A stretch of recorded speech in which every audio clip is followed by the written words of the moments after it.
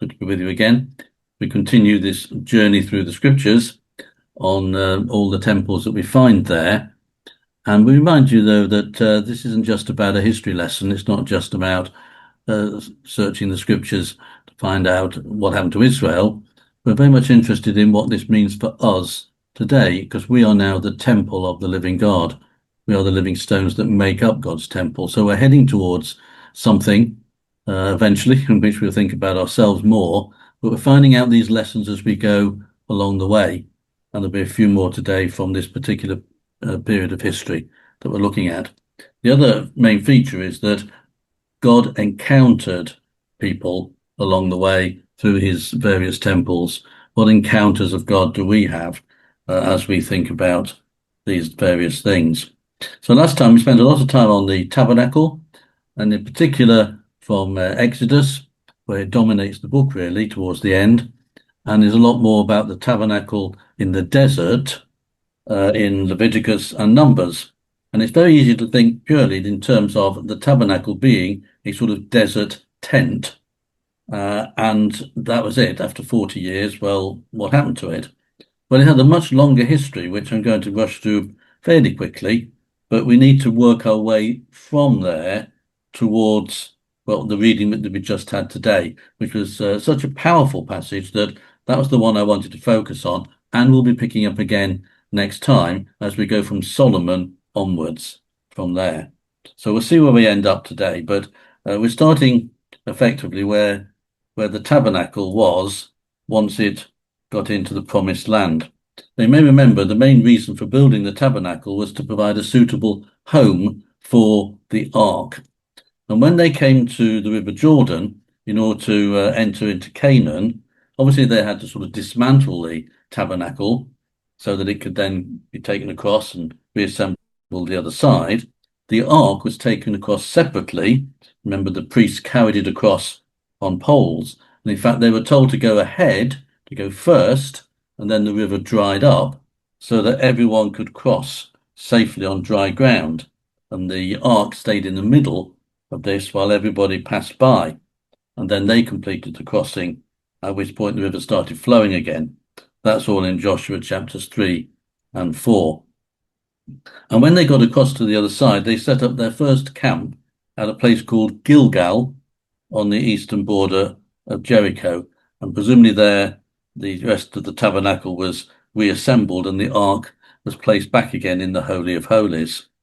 And it was there that it remained for, well, some say up to 14 years, certainly a period of time while they went through the land and conquered various parts of it, defeating many of the Canaanite kings and taking possession. But after it had been to Gilgal, it ended up in a place called Shiloh. Shiloh was the chosen place in Samaria for the tabernacle and the ark to remain, in fact, for a long, long time, centuries, in fact. And it's interesting that we don't think about Shiloh perhaps quite as much as we should. It's a very significant place within their history. It was a real place. We find its location mentioned in the book of Judges, and in particular that's where there was an annual festival of the Lord which took place there. It was more central. So they had to put the tabernacle and the ark in a place where everybody could gather at least once a year. And there's many verses in Joshua that actually show us the significance of Shiloh during the early days after the conquest of Canaan. It would serve as their central sanctuary, if you like, right through the period of the Judges. And so the tabernacle and therefore the ark now remained in one place for, well, I reckon about 300 plus years.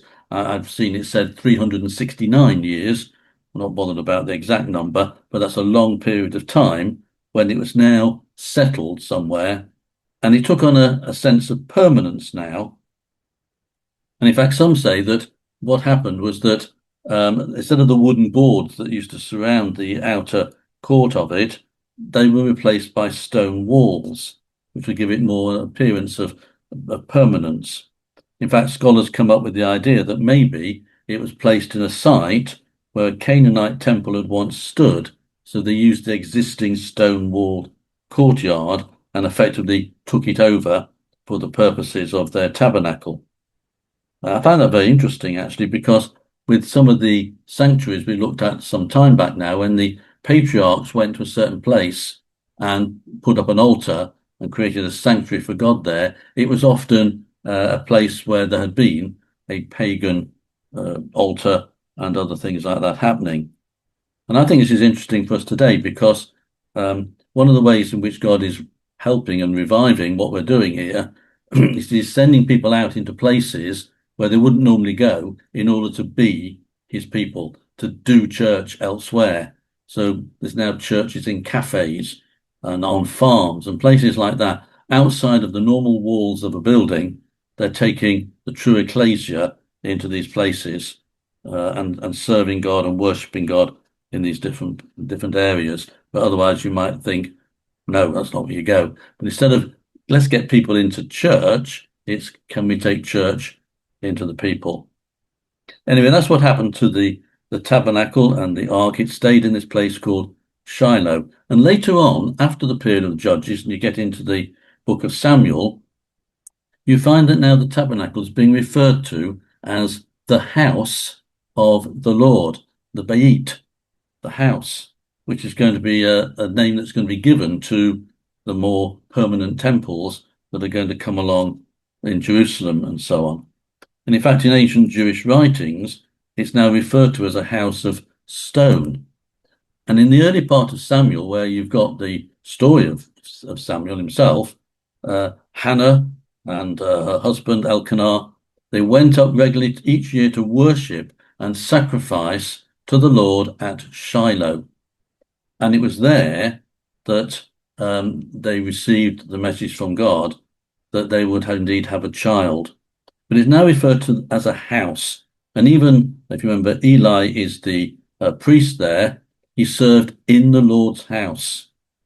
And after Samuel had been born and weaned, Hannah took him to the house of the Lord at Shiloh to dedicate him back to the Lord. And there's lots of references about Samuel's early life being there, and it's all about now the house.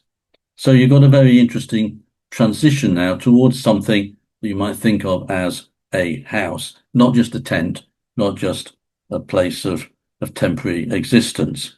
In fact, the word Shiloh means tranquil or resting place or being at rest. And we've seen time and again in our various studies in these temples that it was intended to be a place where the ark would rest, or indeed where God's rest or Shabbat rest could come. So there's a link there between everything from Eden through sanctuaries and the tabernacle right to this resting place of Shiloh. And Jeremiah actually referred to Shiloh, or God referred to it through him. This was the place I first made a dwelling for my name. Shiloh was the place, the first place that God says he made as a dwelling for his name. So eventually it's going to be second only to Jerusalem and the temples there. But it came to an end. It's a very sad story. I won't go into it in great detail. But as I already said, Eli served there as the high priest, spiritual leader of the Israelites. And he had two sons, Hophni and Phinehas. They would normally succeed him, but they were very wicked men with no regard for the Lord. And God's anger was against them. And through an unnamed prophet, a message was given from God that both sons would die on the same day and the house of Eli would come to an end. And that day did come. It's the day in which Israel was in battle with the Philistines and lost 4,000 men. Well, that should have told them something. What were they doing wrong? Well, they did ask the question, why did the Lord bring defeat upon us today before the Philistines? But instead of finding out from God what they really should do about it, they took the Ark of the Covenant from Shiloh out of the tabernacle and into battle with them, assuming that this would, as it says, save us from the hands of our enemies. Well, I don't know what their thinking was. Were they treating it as some kind of insurance policy? Did they think the Ark was some kind of mascot or lucky charm? If they're taken into battle, everything's going to be okay? The only time God told them to take the ark out of the tabernacle was to cross the Jordan, when he wanted them to do that. He didn't tell them to take the ark into battle. And the result, you might know about this, the Philistines responded by fighting even more vigorously and inflicted an even heavier defeat upon Israel, who lost another 30,000 men. The ark was captured. Eli's two sons died, as predicted. The news got back to their father, who fell off his chair, broke his neck, and died. And his daughter-in-law, Phinehas's wife, went into early labour and died in childbirth, but not before naming her new son, remember this, Ichabod. The glory has departed from Israel. But the ark has now been captured. It's not in Israel's hands anymore. It's been taken over by the Philistines. That was quite a day. Predicted that it would happen by this unnamed prophet, and very dramatic when it did happen. In fact, you can even read about it in one of the Psalms. It was so sort of seared in their memory that it featured in one of the Psalms, Psalm 78. And for the first time, we've got the ark and the tabernacle separated from each other. As to the place, Shiloh, the chances are, and the historical evidence is such, that the Philistines completely destroyed it. They at least burnt it down. All the Bible says is that the tabernacle was abandoned by God at this point. That might be a spiritual statement. It might be a physical thing as to what happened. But to refer back to Jeremiah again, he was to say something about this place. He says, "Go now to the place in Shiloh where I first made a dwelling for my name, and see what I did to it because of the wickedness of my people Israel." It became something in their history that they would always remember and look back on. And God was saying, keep going there, whether to the physical place or at least in your mind, and see what I did to it. Yes, this place where I first made a dwelling for my name, see what I did to it because of the wickedness of my people Israel. And that message was still known in Jesus' day. And I think he refers to it at one point. So at this point, the ark has gone into Philistine hands. The tabernacle itself might have been dismantled and taken away from Shiloh before the place was completely destroyed by the Philistines, because we do find it occurs again as a tabernacle, as a tent, at a place called Gibeon, which is in the territory of Benjamin. And it's sort of getting closer back towards Jerusalem.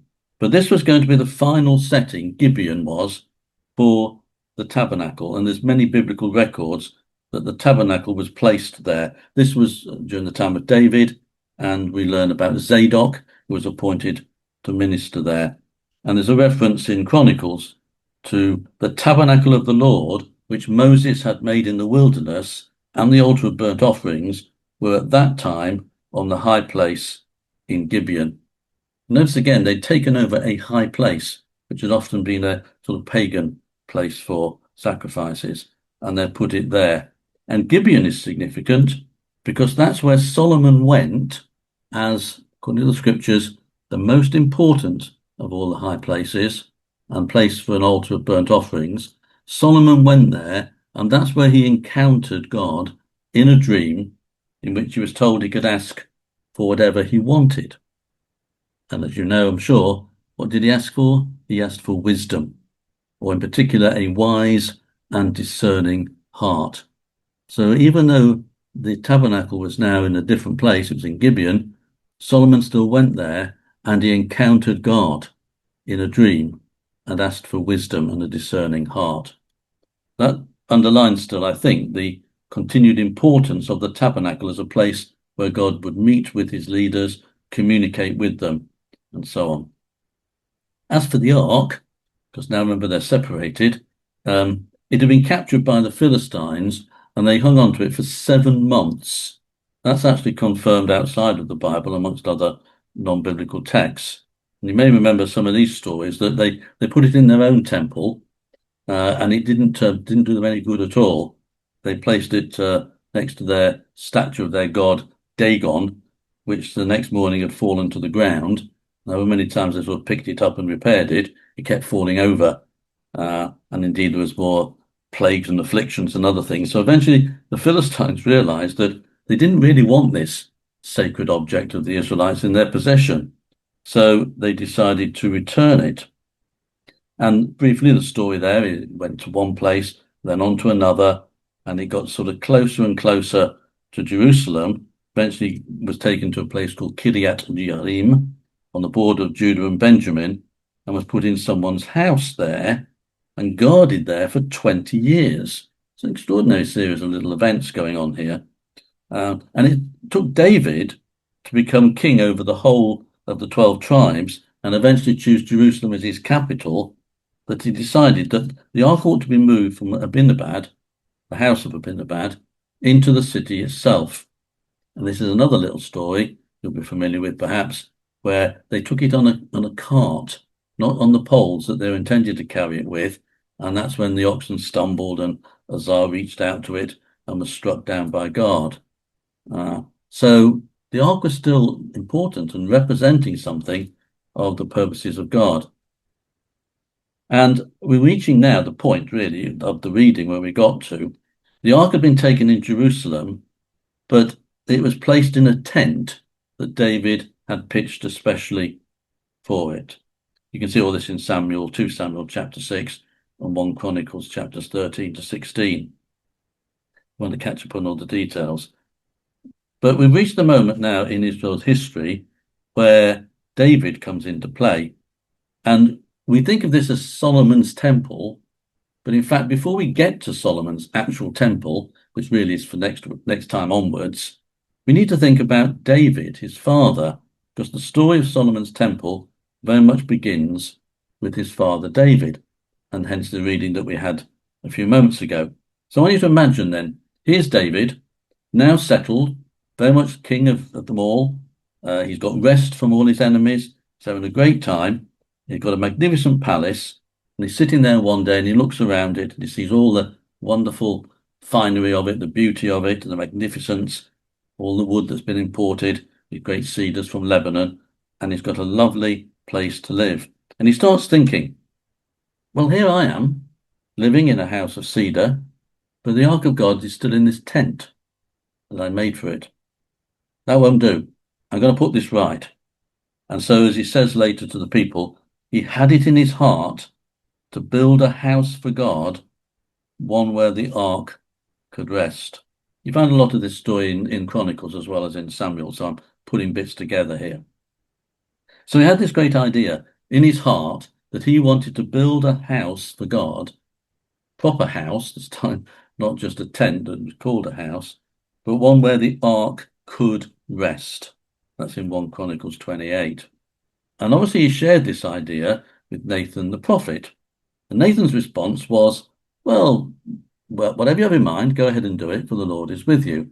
Or basically, as I'm going to reword it, you're the king, you can do whatever you like, and no doubt God will bless you. So that was Nathan's response to David's idea. Yeah, go ahead, you're the king, you can do whatever you like, God will be with you. And I can imagine David went to bed happy that night, thinking, yeah, good, this is going to work out well. But Nathan didn't have such a good night.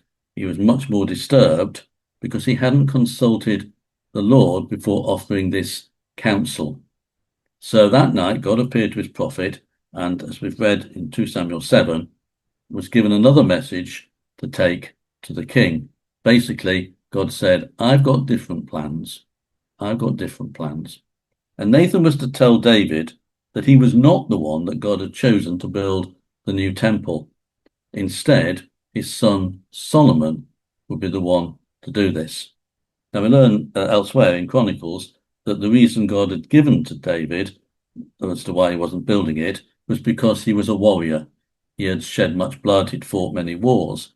I'm not quite sure why that did disqualify him. I even wonder if David understood quite why that disqualified him from building it.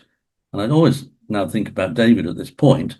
He'd been told this is what he wanted to do. It looks like a great idea, but God has said no and given him a reason, but I'm not sure it's one that you would totally think, oh, that makes sense. So was David annoyed? Do you think he was rather upset?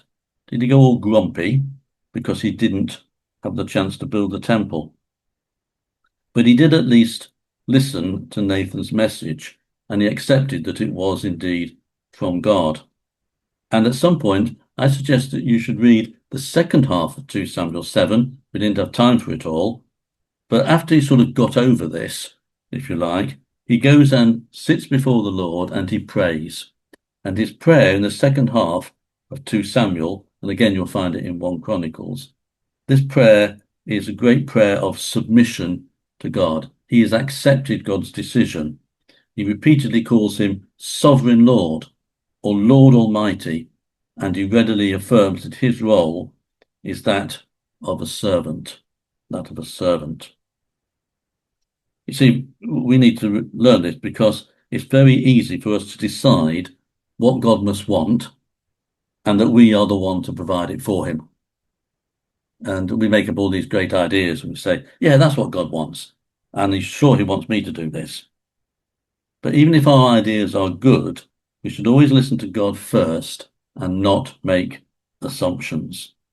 Do you remember with all the things we looked at so far, the tabernacle and so on, God gave the instructions and the go-ahead, and then people responded.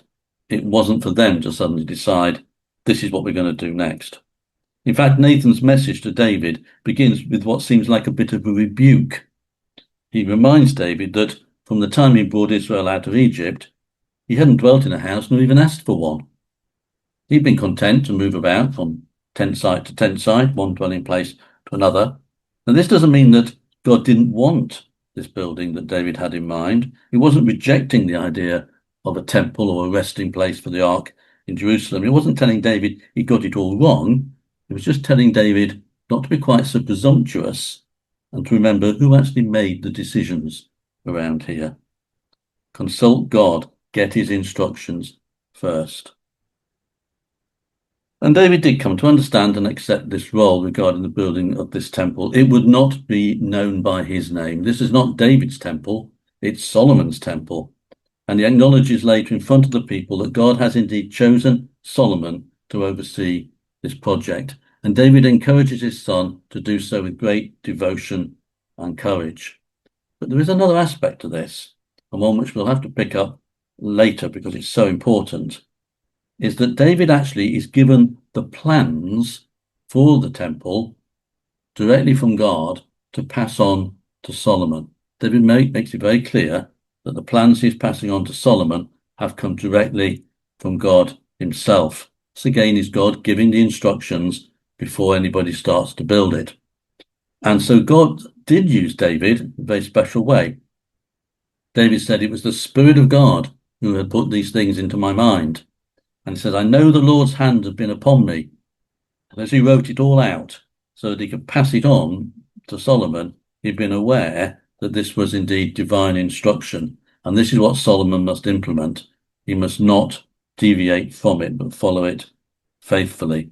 See, as we've seen with all of these, God had his own plans in mind in the heavenly places, if you like. There was always God's template for a temple, whatever it was that he wanted men to do. And we'll see this again for future temples, but with one exception. Someone went ahead and did something that God did not want. And this is a feature that if we want to work alongside God in the various things that he wants to do, we must let him reveal his plans to us, call him Sovereign Lord, and be his servants, so that everything that God wants can be built in the right way. And I keep saying this about us, the church, and so on. How many man-made churches do we find around? How many institutionalized churches do we find? Instead of the true ecclesia, the one that Jesus said he would build. The only person that can give the true instructions for the building of any ecclesia, large or small, is Jesus himself. And also, of course, the use of the Spirit in all this. So the temple would not bear David's name, but David showed great commitment towards the construction that was going to happen. He made lots of preparations in advance, extensive preparations, very meticulous, and he provided a lot of material and resources from his own personal wealth. You probably know that he purchased the site for this temple. It was already used as a threshing floor by one of the people in the well, in Jerusalem, it was Jebus then. And it was offered to David as a gift, but David said, no, I'm going to give you, Runah, the full price for this. I'm not just going to take it as a gift. I'm going to pay for the site. And immediately he got possession of the site. He did what we've seen happen time and again. He built an altar there and made offerings, declaring that the house of the Lord is to be here, and also the altar of burnt offerings for Israel. Now, this place, as you might know, was one we've met before in the time of Abraham. It's known as Mount Moriah then. This was where he had set up, Abraham had once set up an altar, and it relates to the time when God asked Abraham to offer up his son at this point. And in addition to buying this particular site, one of great historical importance, but also on the heart of God, as well as buying the site, David provided from his own wealth, his own resources, a lot of gold, silver, bronze, iron, wood, and precious stones. He also prepared those who had served there as priests and musicians. And once David's generosity was seen, many of the other leaders followed suit. And it says there was great joy all round. It was going to be a communal project and one that would unify them for a while. So I think we can draw many lessons for ourselves from David's attitude and approach towards a project which would not in the end go down in history under his name. He wouldn't even live to see it completed. But his heart was for the work of God, not for personal ambition. But he knew only too well that Solomon, his son, was young and inexperienced. So he took on the responsibility of making sure that at least Solomon would be able to do this in the way that God wanted to do. So do we work with that same kind of devotion and dedication, even if it's behind the scenes, even if someone else gets the success or gets the credit or gets their name attached to it? Well, there's one other thing that comes through in that reading, which we're going to carry through into the next one, and I think even the one after that, is that God gives David a wonderful promise that in the end, this building is going to be fine, but God has got a bigger plan for him. He's going to build David a house, play on words there, which we know means a dynasty, a family, a lineage that will go on and on and on. And we already know the outcome of that because we know that Jesus came to be part of the house of David and to fulfill the later temples that God had in mind. So at this point in history, we're about to find a building being put up. We'll see what that's like next time. We'll understand what it looked like and what happened there, and then take the history through to the time through the exile and into when it was rebuilt with Zerubbabel. And then after that, we'll look at what happened when Herod sort of came on the scene and eventually Jesus. So in the next two sessions, we're going to head towards and end up with Jesus and Herod's temple sort of side by side, almost clashing, almost in conflict, ready for what God is going to do next. So we've covered that little period of history. I hope it's been useful. And we've got from Shiloh all the way to Solomon, or at least to David's part in it. And next time we'll see how that temple was actually built. So thanks for that, and look forward to next time.